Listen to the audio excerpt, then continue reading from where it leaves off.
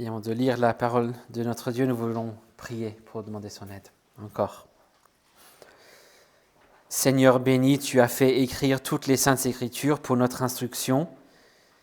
Donne-nous de les écouter, de les lire, de les méditer, de les apprendre et de nous en nourrir, de façon à ce que par la patience et le réconfort de ta sainte parole, nous puissions à jamais saisir et tenir fermement l'espérance bénie de la vie éternelle que tu nous as donnée en Jésus-Christ, notre Sauveur, lui qui vit et qui règne avec toi et le Saint-Esprit, un seul Dieu, dans les siècles des siècles. Amen. Amen. Et avant de lire le psaume 23, en fait, nous allons lire quelques versets dans 2 Samuel, chapitre 17. Donc 2 Samuel, chapitre 17 et les versets 24 à 29. C'est un épisode dans la vie de David où il fait face à un ennemi très fort et il a dû fuir Jérusalem. Et ce qui rend l'expérience encore plus difficile et amère, c'est que l'ennemi en question, c'est son propre fils Absalom. Mais on voit ici un petit moment où le Seigneur a aidé David et ceux qui étaient restés fidèles à lui, et on voit un petit aperçu de la vécu de David, de ce qui se passe dans le psaume 23. Et donc nous allons lire juste les versets 24 à 29 dans 2 Samuel 17. David arriva à Manaïm, alors Absalom passa le Jourdain, lui et tous les hommes d'Israël avec lui. Absalom mit Amasa à la tête de l'armée en remplacement de Joab. Amasa était fils d'un homme appelé Yitra, l'Israélite, qui était allé vers Abigaïl, fille de Nahar et sœur de Tserouïa, mère de Joab. Israël et Absalom campèrent dans le pays de Galaad. Lorsque David fut arrivé à Manaïm, Coni, fils de Naak, de Rabat, des Ammonites, Makir, fils d'Amiel, de Lodébar, et Barzilaï, le Galaadite, de Rogelim, apportèrent des lits, des bassins, des pots de terre, du froment, de l'orge, de la farine, du grain rôti, des fèves, des lentilles, du grain rôti, du miel, de la crème, du petit bétail et des fromages de vache. Ils apportèrent tout cela à David et au peuple qui était avec lui, afin qu'il mange, car il s'était dit, ce peuple a dû souffrir de la faim, de l'épuisement et de la soif dans le désert. Et puis nous lisons le psaume 23. Psaume 23, psaume de David. L'Éternel est mon berger, je ne manquerai de rien. Il me fait reposer dans de verts pâturages. Il me dirige près des eaux paisibles. Il restaure mon âme. Il me conduit dans les sentiers de la justice à cause de son nom. Quand je marche dans la vallée de l'ombre de la mort, je ne crains aucun mal, car tu es avec moi. Ta houlette et ton bâton, voilà mon réconfort. Tu dresses devant moi une table en face de mes adversaires. Tu oins d'huile ma tête et ma coupe déborde. Oui, le bonheur et la grâce m'accompagneront tous les jours de ma vie et je reviendrai dans la maison de l'Éternel pour la durée de mes jours. L'herbe sèche et la fleur se fanent, mais la parole de notre Dieu demeure éternellement.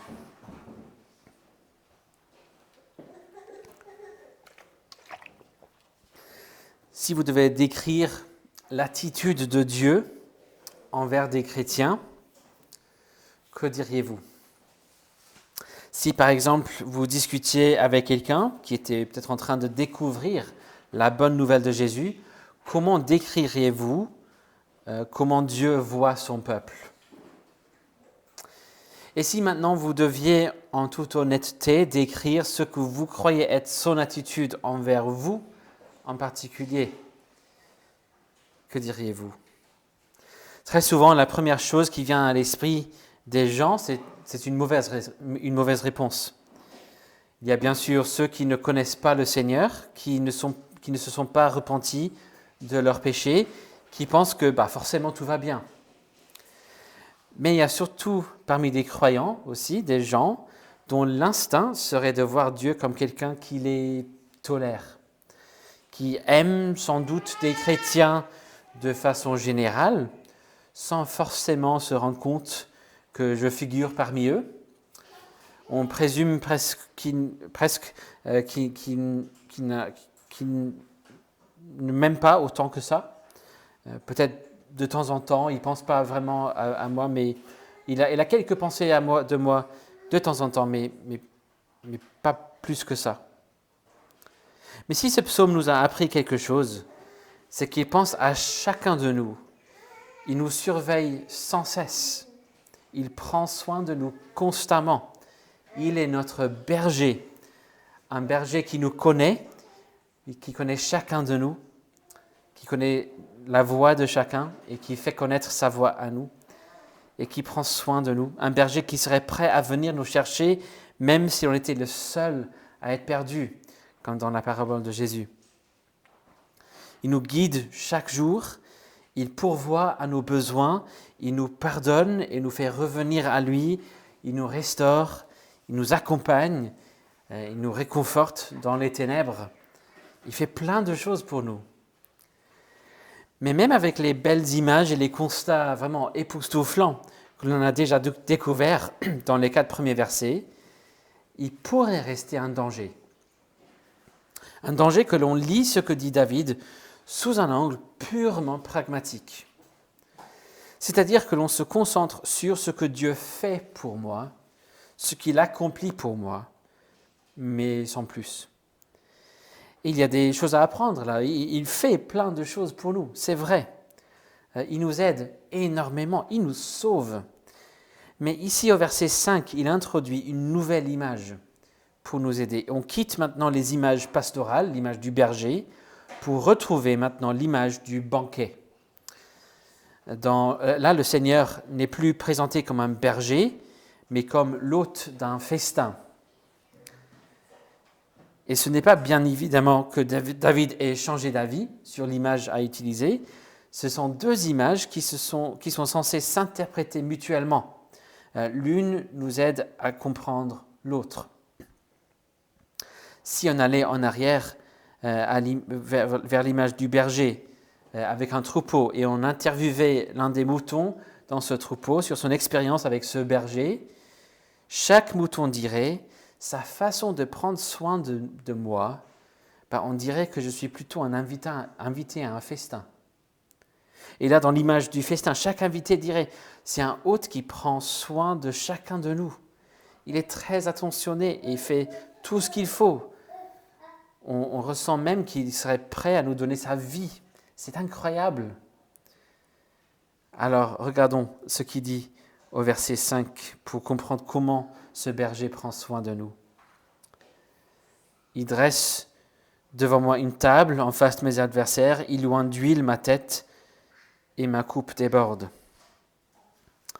Sauf que là, comme avec le verset qui précède, c'est pas ce qu'il dit, n'est-ce pas ? Dans le monde, tout d'un coup, depuis quelques années, ça parle beaucoup de pronoms personnels. Il y a même des gens qui osent débattre des pronoms personnels qu'on devrait utiliser pour Dieu. Je ne vais pas entrer dans cette question. Je ne pense pas que ça vaut le coup. Mais en fait, il y a une question sur les pronoms personnels de Dieu qui est vraiment importante pour chacun de nous. Et ce n'est pas du tout s'il faut l'appeler il ou elle, loin de là. La question importante, c'est si pour vous, vous l'appelez plus il ou tu. Parce que ce qu'on voit dans le verset, c'est « tu dresses devant moi une table en face de mes adversaires. Tu oins d'huile ma tête et ma coupe déborde. » Comme il a commencé au verset 4, dans la vallée de l'ombre de la mort, le psalmiste, l'invité au repas, s'adresse directement au Seigneur. Dans le livre que j'ai pas mal cité dans cette série, écrit par mon ami et collègue David Gibson, il note ici combien c'est facile d'assister à un grand festin sans vraiment pouvoir discuter avec l'hôte de la fête. En tout cas, pas beaucoup. Mais là, David est suffisamment proche que la conversion continue tout simplement, même au sein de la transition d'une image à l'autre. David parle avec Dieu. Et là, dans le livre, David Gibson dit ceci: « En écrivant ces lignes, l'une de mes prières, c'est qu'en lisant ce livre, vous prononciez le mot « tu » au Seigneur Jésus très souvent. » Fin de citation. Et c'est une très belle prière pour un auteur qui écrit sur le psaume 23, parce que c'est justement ce que le psaume 23 est censé inspirer. Il nous aide à nous tourner vers Dieu et dire « tu », parler à lui. C'est un point très important. Est-ce que pour moi le Seigneur est plus « tu » ou plus « il ». C'est vrai qu'on ne peut jamais parler de lui à la troisième personne, bien sûr. Mais est-ce que pour moi, il est plus le sujet de ma connaissance théologique ou toi mon Père? Est-ce que je viens au culte pour apprendre des choses concernant Dieu, même pour célébrer Dieu, ou pour m'adresser à Dieu et avec mes frères et sœurs en Christ, communier avec lui? Autrement dit, le but ultime du salut en Christ, ce n'est pas que vous soyez tout simplement sauvés, c'est que vous soyez réconciliés à lui, que la communion profonde avec lui, avec Dieu, soit rétablie, que la communion que nous avions perdue par le péché d'Adam, ainsi que le nôtre, soit rétablie, confirmée pour l'éternité et même approfondie. Il ne cherche pas tout simplement à vous faire entrer dans une bergerie, même une bergerie très très sympa. Il veut vous inviter à vous mettre à côté de lui pour un festin, une vie de communion éternelle avec lui. Je me souviens quand j'étais petit, j'avais du mal à comprendre cette idée de la table en face ou dans la présence de mes ennemis. Je me disais que c'est bizarre comme lieu pour un festin. Pourquoi Dieu aurait-il choisi ce lieu-là? Pourquoi ne pas choisir un lieu où il n'y a pas d'ennemis pour un festin? Mais bien sûr, ce n'est pas qu'il choisit la présence des ennemis comme le lieu idéal pour un repas. Il y a plusieurs façons de comprendre ce qu'il dit ici. Il y a certains qui voient un contexte de victoire, où il serait question d'un festin où les ennemis conquis et battus sont maintenant en captivité et amenés dans la salle pour témoigner le résultat de leur défaite. C'est une possibilité, une façon de dire à l'ennemi, tu n'as pas gagné, il est là, il est au festin, et toi, tu ne l'es pas. Il y a aussi la possibilité qu'il s'agit d'une situation qui ressemble à celle qu'on a lue dans 2 Samuel 17, où c'est plutôt, alors que j'ai des ennemis qui cherchent à m'attaquer, toi, tu me dresses une table, tu pourvois à mes besoins, tu me donnes du repos, tu me donnes de vivre cette communion, cette amitié avec toi, cet encouragement que tu veux me donner, alors qu'il y a des ennemis qui m'entourent. En général, on parle de 3 ennemis du peuple de Dieu, le monde, la chair et le diable. Un pasteur que je connais l'a bien dit, il y a l'ennemi externe, le monde, l'ennemi interne, la chair, et l'ennemi infernal, le diable. Et pour chacun, à différents moments, on sera plus conscient d'un ennemi que d'un autre. Parfois, il s'agira des tentations que je ressens en moi par la nature pécheresse qui reste en moi. Parfois, le diable me décourage par ses accusations. Parfois, le monde nous décourage, nous attaque et nous persécute même. La vie chrétienne est une série constante de luttes. Ça, c'est très clair dans les Écritures. Mais quel que soit l'ennemi qui nous trouble en particulier, n'oublions pas qu'il nous invite à table. Notre berger nous invite à table. Et dans ce cas-là, il s'agit d'un festin où l'hôte est vraiment très, très accueillant. Et bien évidemment, ça nous aide un peu à connaître quelques éléments de la culture de l'époque et du Moyen-Orient. Mais ici, en fait, on voit un contraste avec la culture. Pensez à d'autres occasions dans la Bible où quelqu'un reçoit d'autres à un festin ou à un repas. Lorsqu'il y a des anges qui rendent visite à Abraham dans Genèse 18, par exemple, il fait préparer un repas, il organise un festin, mais ce n'est pas lui qui prépare le repas. Ce n'est pas lui qui prépare la table. Dans la parabole du fils prodigue, le père organise un festin, il appelle ses serviteurs à préparer le festin, mais ce n'est pas lui qui prépare. Même dans cette parabole qui montre la grâce et la générosité du Père. Mais ici, le Seigneur, l'Éternel, Yahvé lui-même, le grand Dieu éternel, tout suffisant, c'est lui qui s'abaisse ici pour préparer une table, juste comme il faut. C'est lui qui fait tout ici, c'est lui qui prépare la table.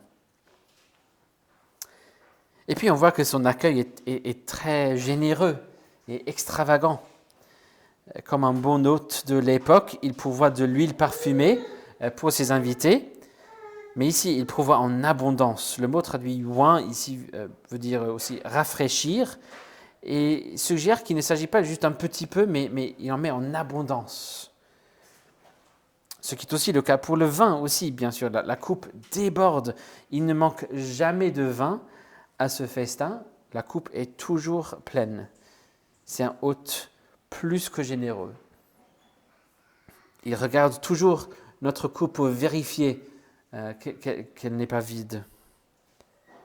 Voici comment l'on peut décrire la vie du chrétien. Oui, les ennemis nous entourent, mais nous sommes à table avec notre Seigneur généreux qui pourvoit à nos besoins, qui nous nourrit, qui nous rafraîchit, qui nous remplit de sa joie. Si ce n'est pas ainsi que vous voyez les choses et que vous les vivez, alors voici une invitation, un appel à vous rendre compte, comme j'ai dit tout à l'heure, que l'Éternel fait bien plus que le simple fait de guider des gens vers une bergerie. C'est l'occasion de respecter cet hôte généreux et de recevoir les bénédictions qu'il nous a préparées. Bien évidemment, c'est un repas qui a coûté très cher à cet hôte. On a déjà vu qu'en tant que berger, il a compris que Jésus a dit « Un bon berger donne sa vie pour ses brebis ». Et ici, on voit aussi l'ombre du prix que l'hôte de ce festin a dû payer. Un jour, l'Éternel, en la personne de Jésus-Christ, a été emmené non pas à une table, mais à un autel, celui de la croix de Golgotha. Il a été livré à ses ennemis. Au lieu d'avoir de l'huile parfumée qui rafraîchit, versée sur lui, il a eu toute la colère infinie de Dieu versée sur lui. Non pas une colère qu'il avait méritée, il n'avait rien mérité en colère, mais celle que nous avions méritée. Et il a bien eu une coupe à boire, une coupe qui débordait, mais c'était la coupe de la malédiction de Dieu pour nos péchés, coupe qu'il a bu jusqu'à la dernière goutte. Et tout cela pour rendre possible notre présence à ce festin et notre victoire contre l'ennemi. Mais il n'est pas resté là, bien sûr. En récompense, il a été le premier à cette table. La victoire est assurée. Jésus est déjà à table. Il a même été nommé hôte du festin. Il a reçu l'huile parfumée, le Saint-Esprit lui-même en personne, versé sur lui pour le rafraîchir, pour le ressusciter, le glorifier. Huile qui coule jusqu'au corps, le corps qui est l'Église. Ainsi, nous recevons aussi l'Esprit Saint de Christ, dont le baptême est le signe et le sceau. Il est prêt à boire la coupe joyeuse au dernier festin, mais il nous attend. Et en attendant, le repas qui nous soutient et nous nourrit, c'est sa parole, et c'est sa chair et le sang de notre Seigneur ressuscité dans le repas du Seigneur. Le pain et le vin qui, par l'Esprit, nous permet d'être nourris et de recevoir par la foi de la nourriture spirituelle pour nous aider à persévérer alors que nous sommes entourés d'ennemis. Alors, est-ce que maintenant vous voyez, ou au moins vous commencez à voir, combien l'Éternel, ce grand Dieu tout-puissant, autosuffisant, vous aime. Et non pas juste qu'il vous aime au point de faire quelque chose de généreux et d'utile pour vous, mais il vous aime au point de vous inviter à table pour vivre en communion éternelle avec lui. Vous êtes couverts de l'huile parfumée et il ne cesse de remplir votre coupe. Il vous donne toujours les moyens de vous réjouir en lui, d'être plus que satisfait en lui. Et même quand l'ennemi vous presse, vous avez droit à être là à table, coupe dans la main. Quand le monde vous raille, quand le monde met de la pression et le rend difficile à vivre fidèlement pour Jésus, peut-être des choix éthiques difficiles, peut-être au travail, peut-être juste la pression de groupe pour participer au commérage, vous êtes pourtant à table avec votre Seigneur et vous pouvez en parler avec lui. Il veut ça en fait. Dis-moi tout, dit-il. Pareil quand Satan sème des doutes dans votre esprit et vous rappelle de vos péchés, même les péchés d'il y a plusieurs années qui fait honte. N'oubliez pas que ces péchés ont été pardonnés et rien ne peut changer tout cela. La coupe de la colère de Dieu n'est pas sur cette table, elle a été vidée. La défaite de l'ennemi est déjà garantie par la croix et la résurrection de Jésus. Et quand la chair vous décourage, votre nature pécheresse, quand les tentations récurrentes reviennent, quand les pensées et les désirs que nous trouvons dans nos cœurs sont toujours si décourageants, n'oubliez pas qu'il y a une table devant vous. Et plus qu'une table, un hôte, Jésus-Christ lui-même, le berger, le Seigneur. Pas juste quelques vérités à propos de Dieu qui pourraient vous aider. Pas juste quelques phrases à répéter à vous-même. Pas juste quelqu'un qui vous parle de Dieu. Pas juste quelqu'un qui passe rapidement dire bonjour pour aller parler avec d'autres gens plus importants après vous. Mais l'autre qui se met à côté de vous, qui reste là, l'autre qui regarde votre coupe constamment pour vérifier qu'elle ne se vide pas, il peut vous aider, il peut vous fortifier. Et quand vous l'offensez, il va vous pardonner. Il veut tout faire pour vous garder à table avec lui. Il a payé très très cher pour ça. Si donc vous n'êtes pas encore à cette table, si vous ne connaissez pas ce berger, cet hôte, venez. Peut-être vous trouvez ça trop beau pour être vrai, mais je vous rappelle tout simplement que Jésus-Christ est véritablement ressuscité. La résurrection de Jésus-Christ est la preuve dont vous avez besoin que c'est vrai. Peut-être les ennemis en face vous font peur. Je ne veux pas être détesté par le monde. Je ne veux pas penser à tout le mal que j'ai fait pour les confesser. Je ne veux pas quitter ces péchés qui, malgré le mal qu'ils me font, j'avoue, ils m'aident quand même à m'en sortir juste un peu plus. Et je ne sais survivre autrement. Mais c'est ici une table de victoire, une table où l'hôte et ce qu'il pense de vous vaut infiniment plus que l'opinion même du monde entier. Une table qui propose une joie bien plus profonde et éternelle que n'importe quel péché, n'importe quelle idole. Il vous invite, il vous appelle. Alors venez, avant qu'il ne soit trop tard. Confiez-vous à cet hôte, ce berger infiniment bon et beau. Et pour nous tous, n'oublions pas à venir à table. Ne soyons pas comme un ado dont les parents doivent crier plusieurs fois à table pour qu'il quitte ses jeux vidéo pour un repas avec eux. Ne soyons pas aussi fous. Venez, sans tarder, communier avec notre Sauveur. Et cela à la gloire de son nom qu'il a engagé dans ce projet pour vous accueillir à table. Amen. Prions. Merci, notre Père, pour cette table que tu as préparée devant nous. Merci parce que nous avons en Jésus-Christ l'hôte parfait, infiniment parfait, qui a beaucoup sacrifié, qui a beaucoup payé pour le privilège de nous accueillir à cette table. Merci parce que la coupe de ta colère contre nous a été vidée et il ne reste maintenant que la coupe de joie. Et nous attendons ce jour où nous pourrons vivre ce festin éternel avec toi. Nous prions que ce jour vienne bientôt, que le Seigneur Jésus revienne bientôt, et nous prions que tu nous aides à attendre avec patience et avec joie, que tu nous aides à venir à table pour nous mettre à côté de toi. Nous prions que tu sois plus tu que il pour nous, que tu ne sois pas juste une liste de vérités, même plusieurs livres de vérités, mais que tu sois notre Père, notre Sauveur, et que tu nous aides à t'adresser ainsi. Donne-nous de vivre tous les privilèges que tu nous présentes ici. Donne-nous la vie en Jésus-Christ. Et nous prions ces choses au nom puissant de notre bon berger, notre hôte, Jésus-Christ. Amen.